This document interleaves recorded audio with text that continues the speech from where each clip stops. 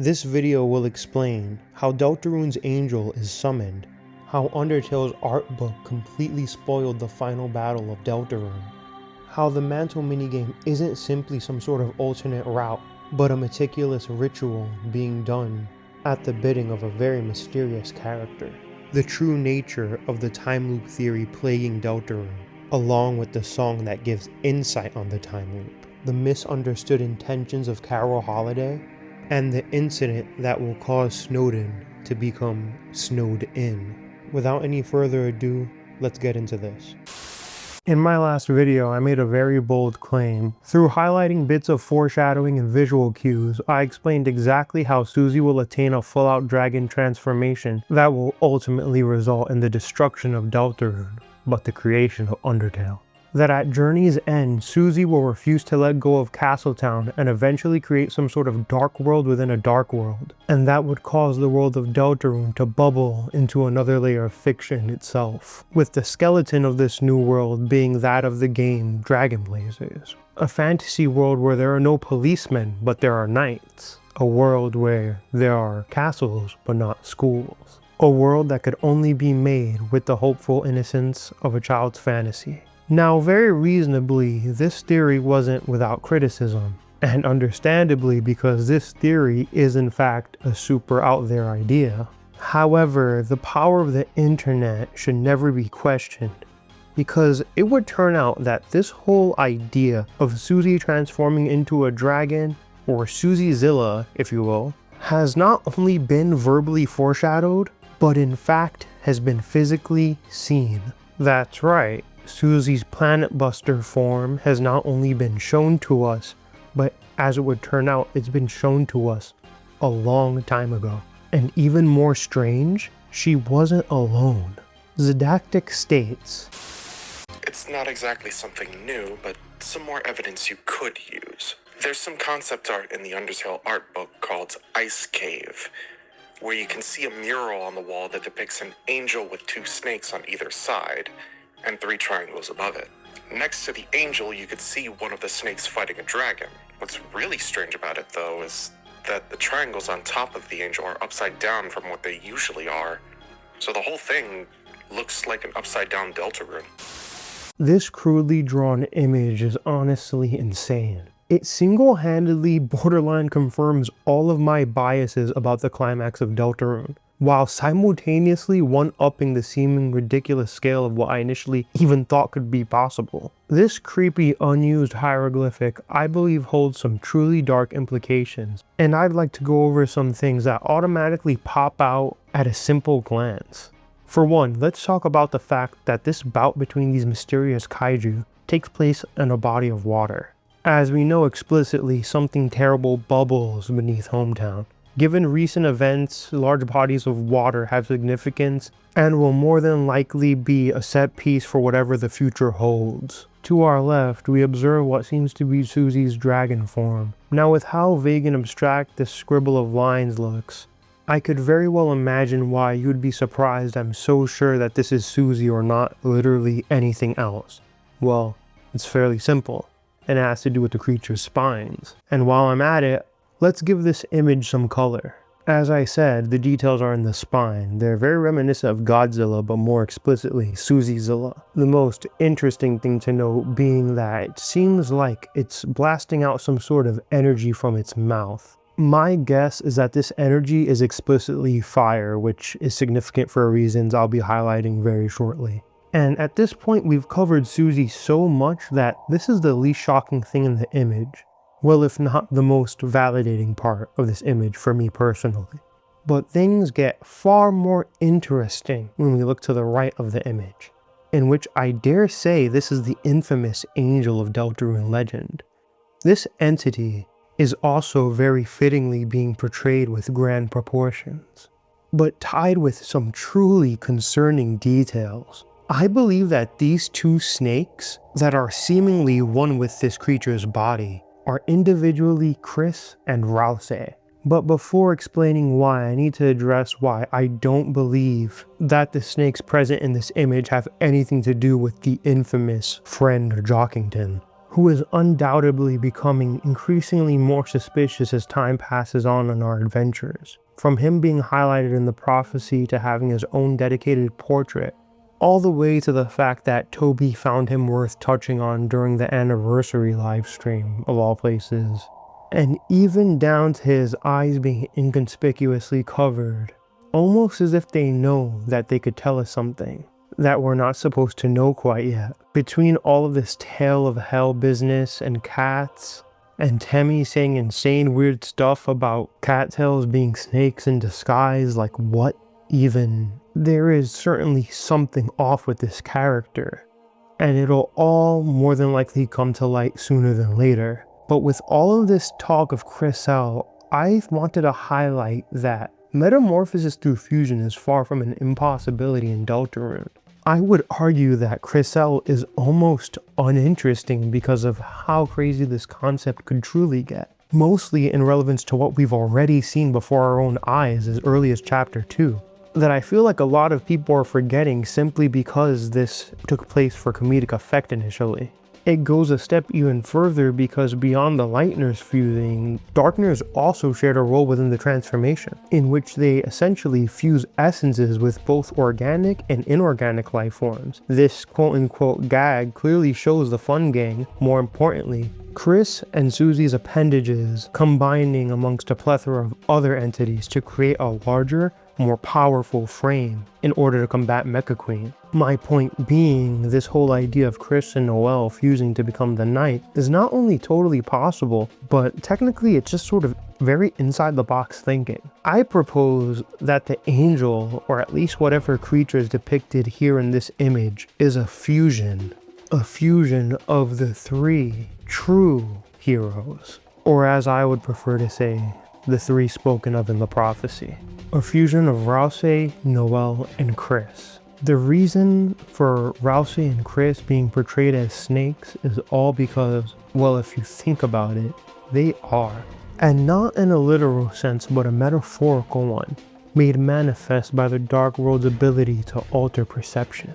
Let's unpack this. Kris is hiding something they don't want us to know, and Ralsei seems to have a lot to talk about with Kris whenever we're not on screen. Before Suzie snapped at Ralsei, he was more than content to omit details from the party, and is seemingly always on Kris's side regardless of what choices Kris makes.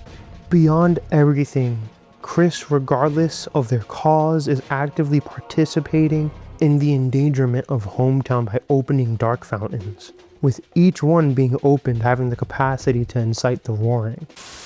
Even more interesting, the king refers to Kris as the Lightbringer, which should definitely ring more than one alarm bell, especially when considering all of the illusions of Kris being tied to apples, which symbolically have been synonymous with depictions of the forbidden fruit from the Bible. To pivot back to these depictions of energy protruding from the mouths of these creatures, I want to emphasize I believe this to be fire explicitly from the fact we've seen Ralsei is confirmed of capable of fire magic, which Suzie was impressed by. The significance in this being, we've already seen Suzie being able to imitate Ralsei's magic, even magic that shouldn't be native to her like healing magic. So it's not in any way a stretch to say that the dragon-goated character would be able to learn fire magic, and if not, potentially even easier considering the fact that offensive magic is already her forte. To top everything off, the most unsettling thing present in this image is an inverted Deltarune symbol resting atop this winged entity. It almost comes off like a complete mockery of this believed to be sacred symbol. Within the world of Deltarune, it holds almost a divine presence. Could it be some sort of betrayal or looming promise misinterpreted by the denizens of this world? Guys, this is an emergency post-edit realization that I had about this symbol, the Deltarune triangles. I want you to pay attention to this with the context that the two upward-facing triangles are perceived to be as Kris and Suzie typically. So in a way they represent the light world, while you could assume that the bottom-facing one, being Ralsei, represents the dark world. In whatever is going on in this image, the downward facing one, the dark one, is facing upward above the two downward facing triangles, showing that we are likely on a plane where the dark world's overflowed and that the fiction is truly taken over. This also fits amazingly with my theory, and I'm just realizing this now, but back to the video. Is this form attained through pacts or perhaps sacrifices? Better yet, who's even in the right in this clash? I know it may have sounded like I've been demonizing the fun gang, but the truth is we don't have the full context of whatever brought about this clash of unfathomable proportions. I suppose a lot of things could be true depending on how you see things. And after all, nothing within the story of Deltarune seems to be unfolding in any way that's black and white.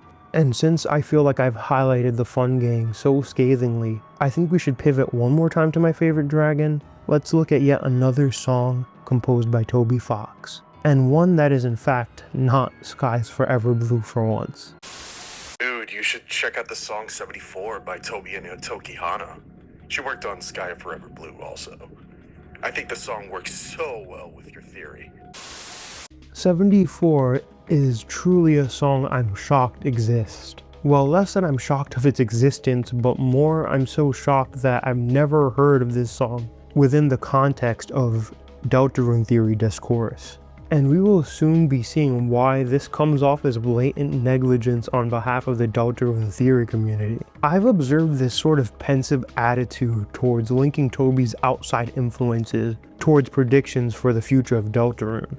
And I'm gonna be honest, I often find that that's a bit comical. I just find it so weird that when people propose that the man who infamously reuses his music and explicitly highlights visual influences into his work, even from things outside of things that he's worked on, would somehow never be referencing his art through other avenues of his art, such as, I don't know, music videos or songs that he's worked on, just comes off as completely ridiculous to me. And that's regardless of whether or not you subscribe to anything that me or any other theorist propose. It's so interesting how people seem to deny Toby would ever lie to us in reference to when his game takes place, as if developers don't deny things to keep surprises for players. Anyone remember how Monolith Soft marketed Xenoblade 2 before we all saw the real parallel story? That statement alone could be interpreted so many ways, and perhaps on a later date we could, because now it's time to dig into the haunting yet beautiful 74, composed by Toby Fox and performed by Tokihana.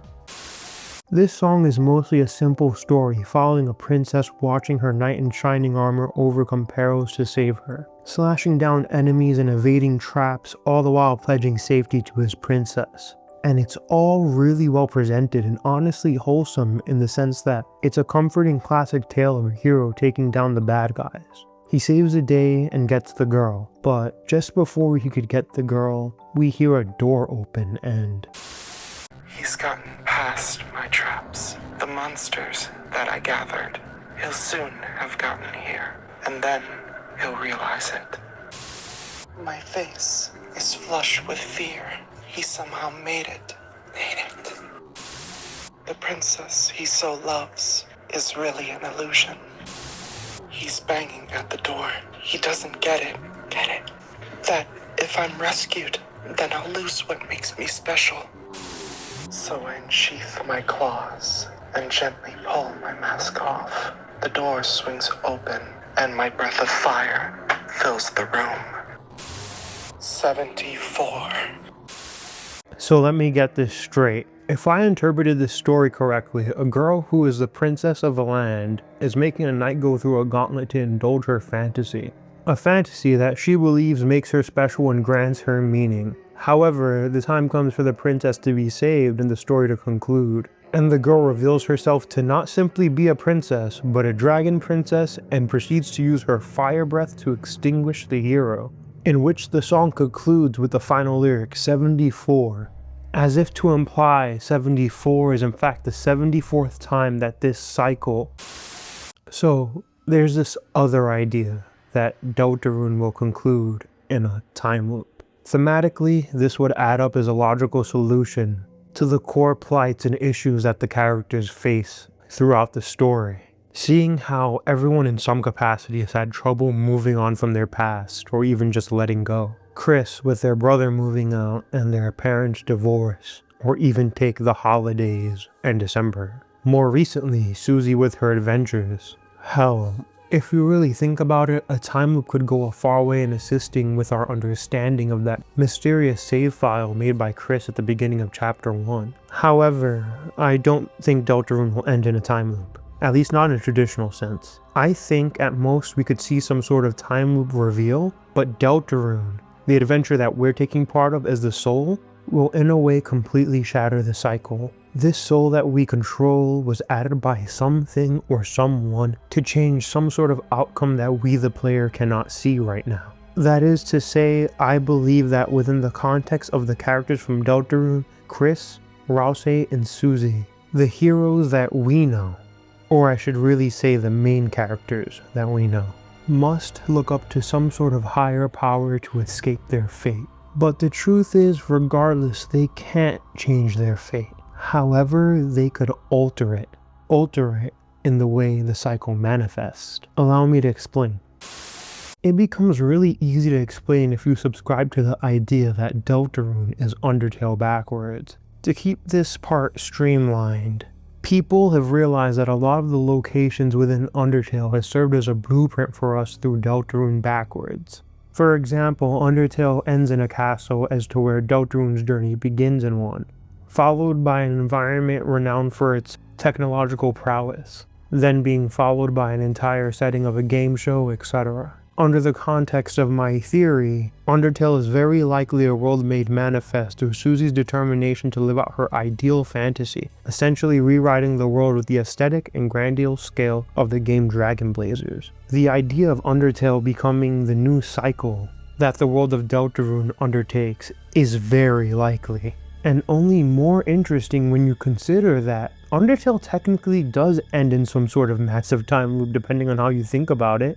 The only difference is that the time loop is at the discretion of the player who comes across that world.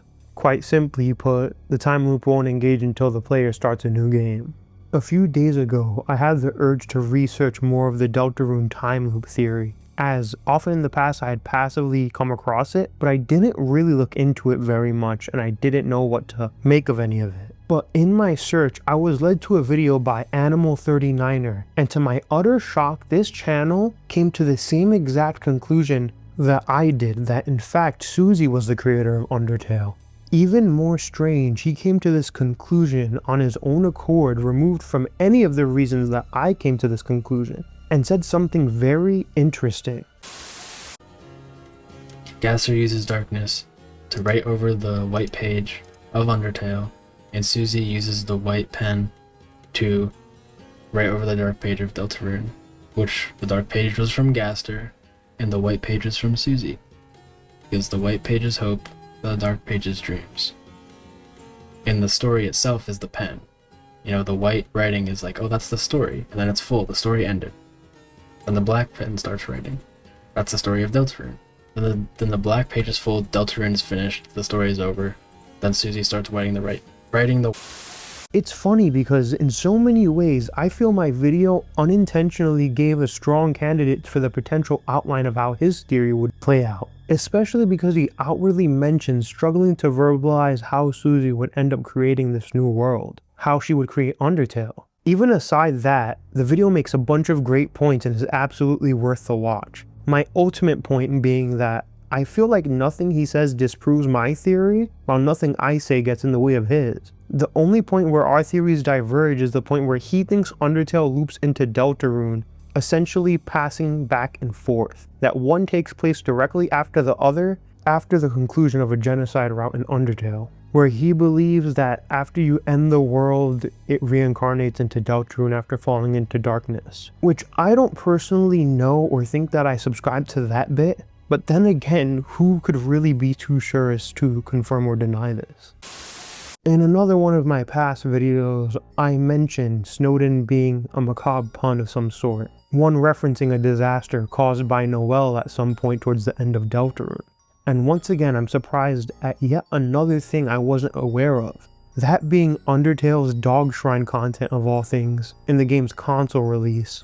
where Sans has dialogue stating something that's quite simply just insane, blatantly commenting on some sort of intense blizzard he's weathered in the past. You really can't make this stuff up, guys. This piece of art has so much going on regardless of the lack of details. And one thing I've been considering is that it's very possible that us, as in us the player, will very likely be met with a so-called choice in this Clash of the Titans. That is to say that Deltarune may alter its final confrontation depending on who you choose for its final bout. I say this with the simple meaning that the only thing will be altered is quite literally the fight that you get, depending on which kaiju you choose to pilot or assist or whatever. I mean, considering Suzie was able to borrow our soul early on in the game, it's more than possible after all.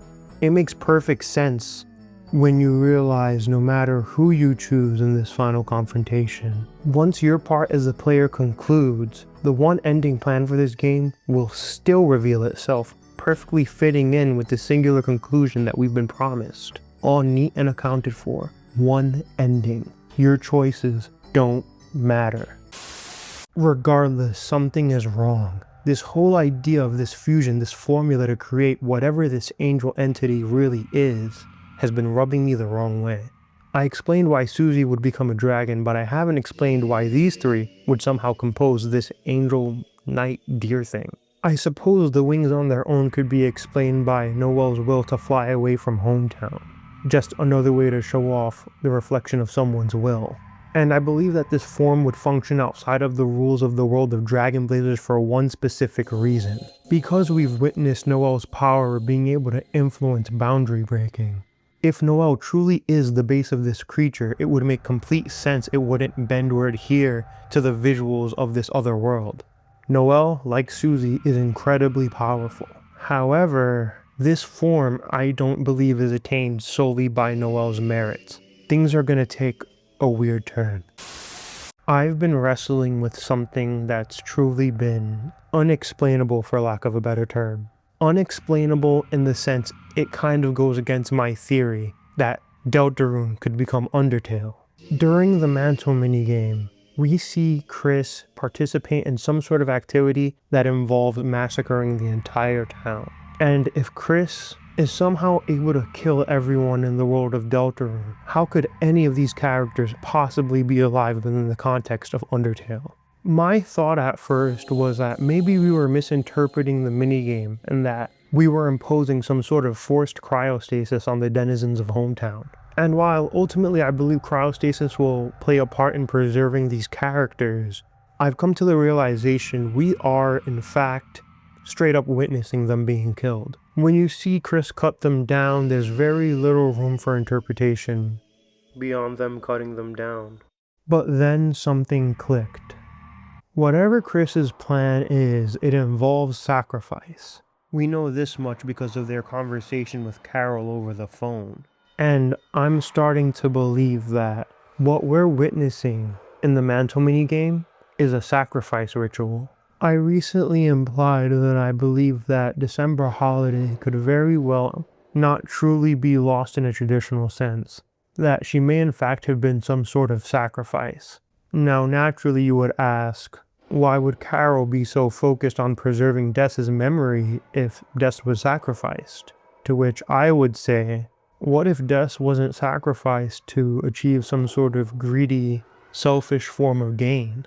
What if this sacrifice was done out of some sort of duty, some sort of possible showcase of religious martyrdom? What if Noelle is next and is the final part to usher in a creature that Carol believes will save everyone?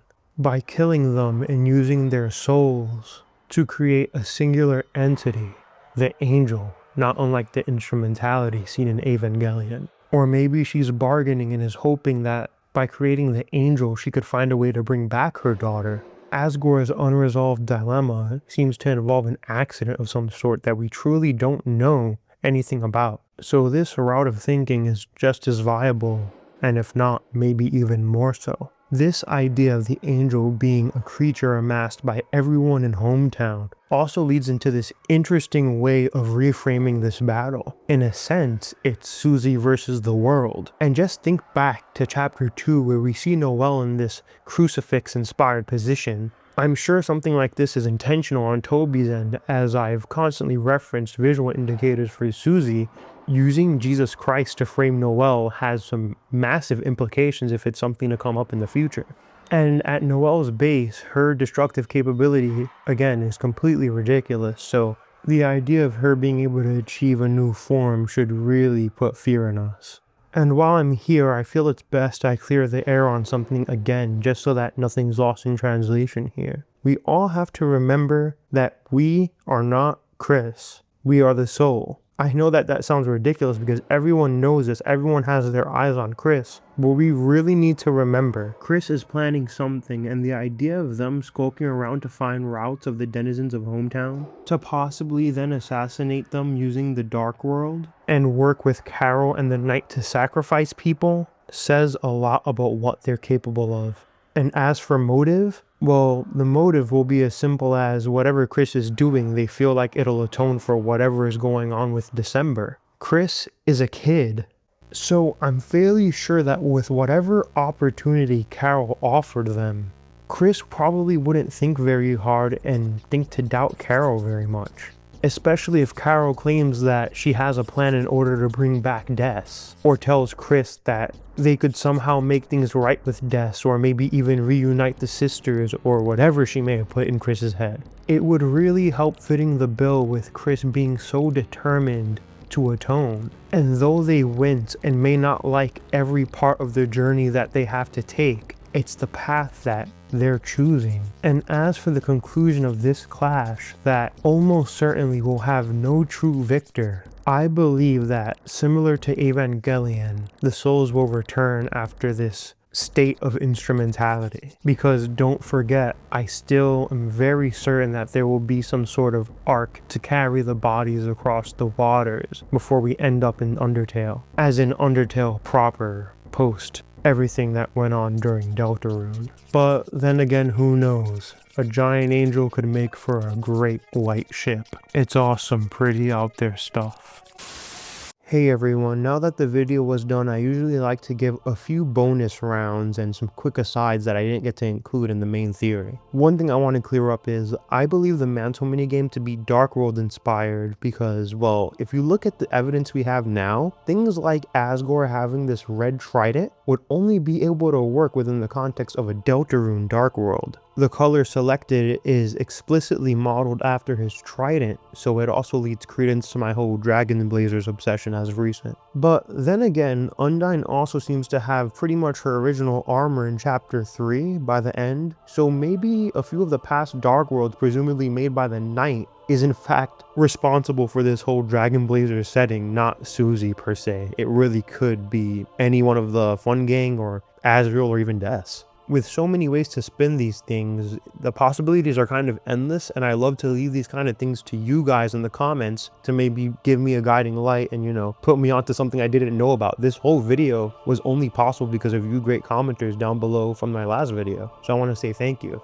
And as a last aside, referencing the song 74, which I absolutely have been listening to so much ever since getting put onto, a very interesting thing is that the main singer uses the term Yusha in reference to the Knight, which Yusha in Japan meaning brave, but brave is also typically what the heroes in Dragon Quest are called, explicitly Yusha, which seems to be what Dragon Blazer explicitly is based off of. So yeah, make of that what you will. But that's going to be all for today, guys. There's still plenty to talk about, including something I've been dying to talk about, but every time I'm about to make this video, I'll find some new concept that makes me need to capitalize on my last video. But hopefully the next one, I'll be able to stick rigidly to what I really want to cover, which is we're going to be talking about some bad memories. I hope to see you guys next time. Like, subscribe, see y'all, bye-bye.